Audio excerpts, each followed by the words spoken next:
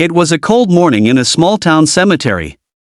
The wind carried the smell of rain and freshly cut grass. A woman in a worn-out coat bent down beside a grave, her hands trembling as she placed a small bunch of wildflowers on the stone. The flowers were simple, just daisies and dandelions, but she laid them down as if they were the rarest roses in the world. She whispered something, her voice breaking. But just as she turned to leave, she froze. A tall man in a black suit stood behind her. His eyes were sharp but full of sorrow. After a long silence, he said quietly, "That's my wife's grave too." Hey everyone, before we begin this heartfelt story, make sure to here we share real, emotional tales that remind us of the beauty still left in this world. If kindness moves you as much as it moves us, hit the like button, leave a comment, and share this story to spread the message of the woman's name was Helen Carter. She was 63 years old, a widow, and she lived alone in a small apartment above a laundromat in a quiet corner of the city. She didn't have much, just a few old photographs, some second-hand furniture, and a heart that had seen too many losses. Her husband, David, had passed away years ago after a long illness. Since then, Helen found comfort in one simple thing: visiting the cemetery every Sunday morning. She didn't have any family buried there. She just came to clean old graves that looked forgotten, graves with faded names, chipped stones, and no flowers. "It feels like they shouldn't be alone," she once told a neighbor. "Everyone deserves to be remembered." So each week, she'd collect wildflowers from the roadside and bring them to the cemetery. Sometimes she'd pray. Sometimes she'd hum softly. And sometimes she'd just sit and talk to the graves as if the souls could hear her. One morning, she came across a grave she hadn't noticed before. The stone was clean but bare, no flowers, no notes, no signs of visits. The name read Laura Anderson, beloved wife, 1978 to 2022. Something about it caught Helen's heart. The picture on the headstone showed a smiling woman with kind eyes. From that day on, Helen started bringing flowers to Laura's grave every Sunday. She didn't know her, but she felt a quiet connection. Maybe it was the gentle smile in the photo. Maybe it was because Laura's death date was recent. Or maybe Helen just sensed that someone needed to remember her. For 6 months, Helen continued the same ritual. Rain or shine, she came with her flowers and her prayers. Sometimes she'd talk softly to the grave. "I hope your family's doing okay, dear. You look like someone who made the world brighter." But one gray November morning, as she bent down to arrange the flowers, she felt a shadow behind her. "Excuse me," said a man's voice. Helen turned and saw a tall man in an expensive black suit. His shoes were polished, his tie perfect. But his face was pale, his eyes tired, and his voice carried a pain that words couldn't hide. "I've noticed you here," he said quietly. "You come every week." Helen straightened up, her old coat rustling in the wind. "Oh, I'm sorry," she stammered. "I didn't mean to intrude. I just thought, I thought the grave looked a little lonely."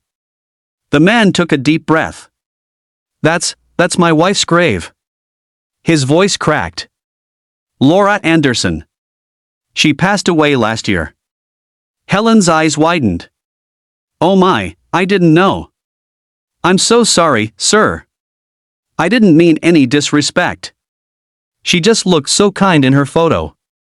I wanted to keep her company." The man was silent for a long moment. Then, to Helen's surprise, he said softly, "You've been kinder to her than I have." The man introduced himself as Richard Anderson. He was the CEO of a large company downtown, one of those people who always looked like they were in a hurry. He explained that his wife had died in a car accident. "She was the heart of everything," he said, his voice trembling. "After she died, I couldn't come here. I tried once, but it broke me. So I just stayed away. I buried myself in work instead." Helen nodded gently. "Grief doesn't leave us alone, does it?" "No," Richard whispered. "It doesn't." There was a long silence between them. The cold wind rustled through the trees. Finally, Richard looked at the flowers. "You bring these every week?" "Yes," Helen said. "They're just wildflowers, but they're fresh. I pick them myself." Richard smiled faintly. She would have loved that. Laura loved simple things: flowers, birds, children. She always said kindness was the only real wealth. Helen's eyes softened. She sounds wonderful. She was, he said. And you remind me of her. That day, something changed. Instead of walking away, Richard stayed. He helped Helen place the flowers properly, and together they talked about Laura, about life, about love. It was strange how two people from completely different worlds could find such comfort in the same grief. From then on, Richard began visiting the grave every Sunday too. At first, he came quietly, standing at a distance while Helen arranged the flowers. But soon, they began sharing coffee from a thermos, talking about everything: old memories, regrets, even little joys. Helen told him about her husband, David. How he used to write her notes every morning before work. How he'd leave them under her pillow. Richard listened, really listened, and in return, he shared stories about Laura's laughter, her stubbornness, and the way she used to dance in the kitchen. Over time, something beautiful grew between them, not romance, but something purer. It was friendship born from sorrow and bound by kindness. One morning, Richard arrived earlier than usual. Helen was already there, holding a bouquet of real roses, fresh, bright, and fragrant. Those aren't wildflowers, he teased gently. Helen smiled shyly. I thought today called for something special. It's been 1 year since she passed, right? Richard's eyes glistened. You remembered. Of course, she said. She's part of our Sundays now. Richard swallowed hard. Helen, can I tell you something? Of course. He looked down at the grave, then back at her. You reminded me what it means to care. I forgot that somewhere along the way. I've been so focused on success, on being someone important, but I stopped being kind. You changed that. Helen shook her head. I didn't do anything special. You did, he said firmly. You showed love to someone you didn't even know. That's rare. That's powerful. Then, to Helen's surprise, he reached into his coat pocket and handed her an envelope. What's this? She asked. Just open it, he said with a smile. Inside was a letter and a check. Helen gasped.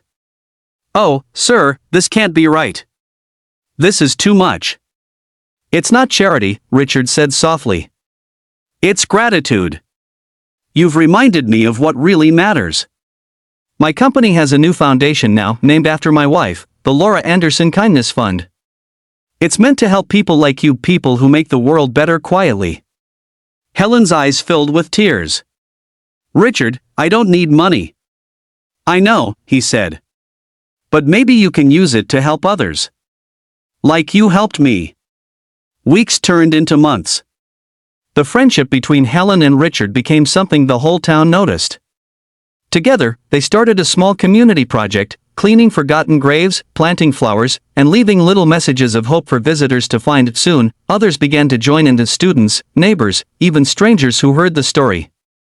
The cemetery, once quiet and lonely, began to bloom with life. Each grave had flowers, prayers, and kindness written into the soil, and at the heart of it all were two people who had lost everything but found each other through compassion. Years later, when Helen passed away peacefully in her sleep, Richard made sure she was buried right beside her husband and not far from Laura. Every Sunday, he came to visit all three graves. He brought fresh flowers, just as Helen had done, and whispered softly, "Thank you." Because kindness, he realized, never really dies. It grows. It spreads. And sometimes, it takes a poor woman with wildflowers to remind even the richest man what life is truly about. So if you're watching this right now, remember, you never know whose heart your small act of kindness might heal. Be the reason someone believes in goodness again.